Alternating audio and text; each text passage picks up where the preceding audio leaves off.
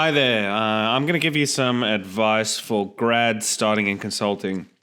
These tips are just things that I've picked up over the years, and they're not just applicable for grads and not just for consulting. I think they're really for all levels and for anybody in professional services. So here we go. First, and this one is specifically for grads, is to just relax. No, you haven't been hired for your technical expertise. You've been hired for your attitude. And the only thing that anybody is expecting of you is to be a grad. And that's to bring your curiosity, your energy, your enthusiasm, your drive, your ambition, and all of that. None of that's technical, and anybody can bring those things. So just relax. Don't try to be something that you're not. Just bring your energy and enthusiasm. Next, to be professional. So there is an expectation by your team, your clients, your employer to behave a certain way.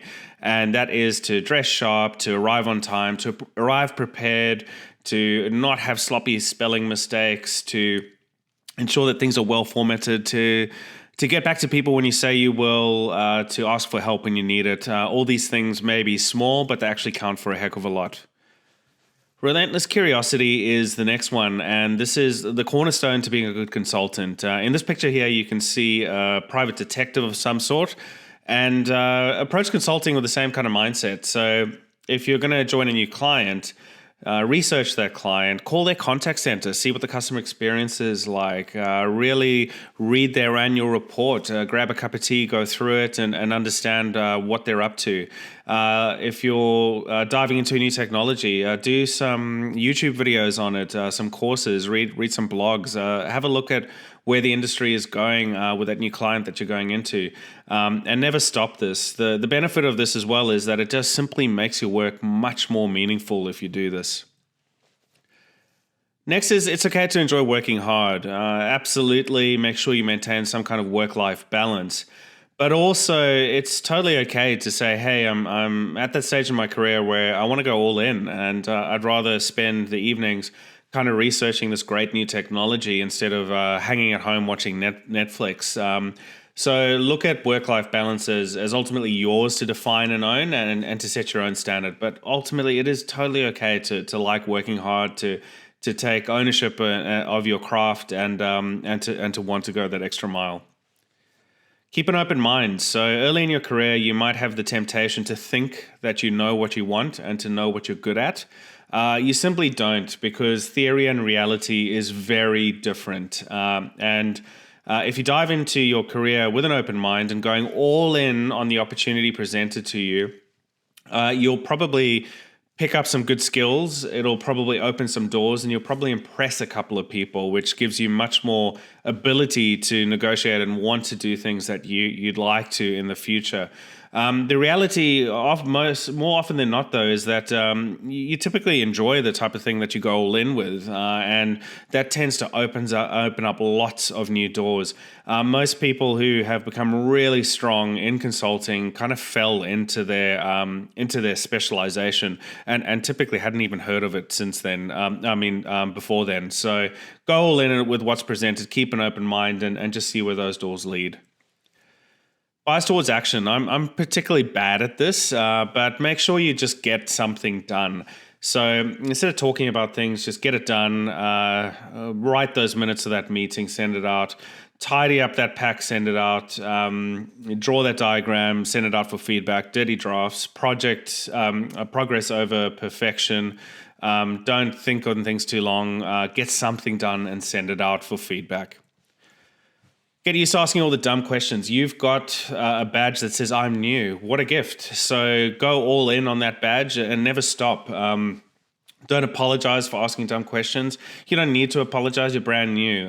It's concerning if you don't. So ask lots of questions. Give yourself permission to be brave and to pay the price of feeling like you're asking dumb questions in order to be an expert later. Of course, we all know that nobody is actually thinking that you're asking dumb questions or thinking that you're dumb for asking them.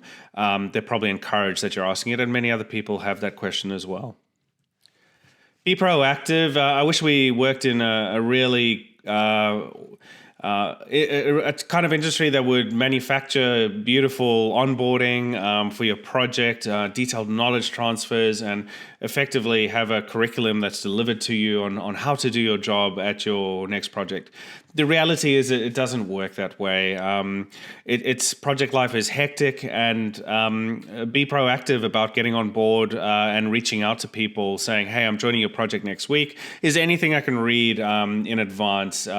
Check out their website, search the internal knowledge base to see if there's any artifacts that might help, and just think through it as well. But reaching out to some people and saying, hey, what can I read? Who can I connect with before I start will go a very long way.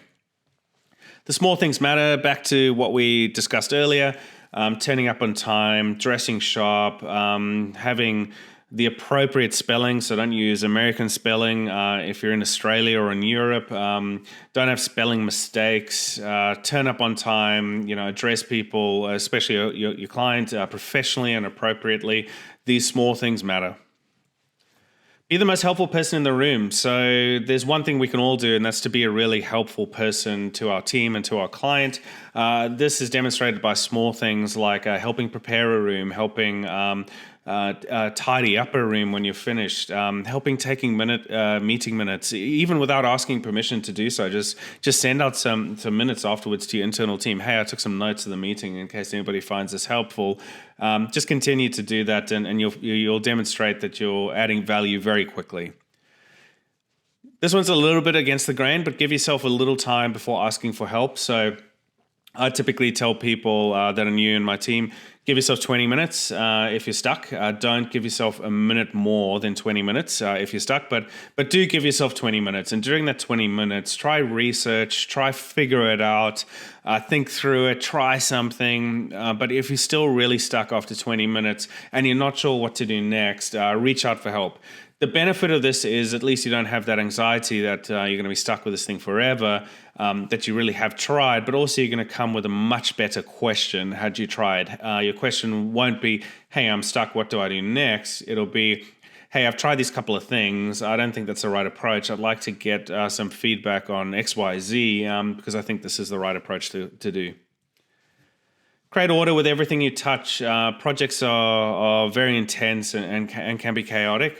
Make sure that whatever you touch, you're leaving it in a more organized state than when you picked it up. So if somebody sends you a document that's titled intros.pptx on an email, give it a sensible name and store it on a OneDrive folder, a Teams folder, something like that, and give the appropriate people access.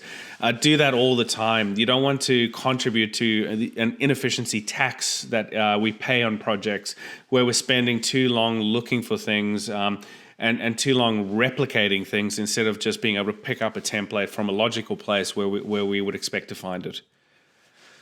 Writing is a superpower that almost no one harnesses. So you're going to have a lot of information hitting you from multiple directions, multiple artifacts, multiple interviews, multiple activities at the start of a project.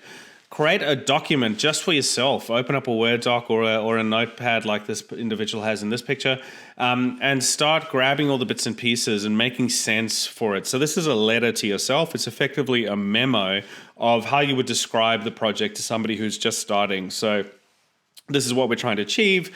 These are the milestones. These are the key stakeholders. This is how it's broken down into different streams. And all of a sudden, all of that messy input from everywhere will start taking shape. And it's a great way to really turn something that is confusing into a solid narrative in your head. Never underestimate the power of one-on-one activity. People are just different individuals in a one-on-one setting. If you need feedback from your supervisor, ask for a one-on-one session. If you're doing an interview with someone, don't dive into a workshop and trying to get requirements that way. Organize a one-on-one. It's going to be far more efficient. It's going to be far more focused, and it's going to be far more enjoyable for everybody involved. Huge advocate for anything one-on-one. Be a critical thinker.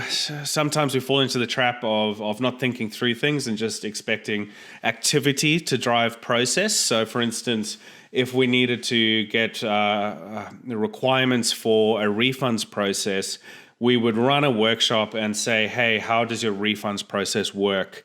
I think that's a pretty lazy approach. Why don't you think through it first and go, well, sure, I'm not a refunds expert, but it's not that hard to actually think through this and to say, well, there's probably a couple different channels that I can do refunds on. Like they could email me, they could do it over the phone, they could do it over chat, they could do it over a web portal. So there are channels.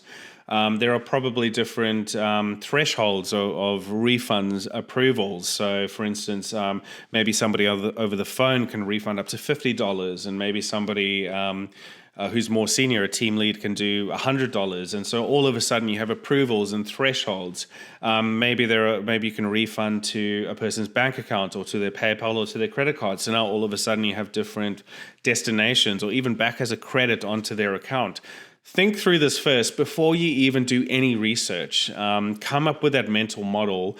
Really think through it, do some hard work, and then use that as a starting point to build out the rest of the discovery.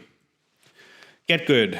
So some people have the sole goal of getting promoted, particularly early on in their career. I think it's a pretty shitty goal. This is really very narrow-minded, because you're going to spend more time trying to influence people, trying to make sure that the right people know what you're doing, kind of schmoozing, or at least making people aware of who you are, instead of focusing your time and energy on getting really good at the opportunities that are presented in front of you.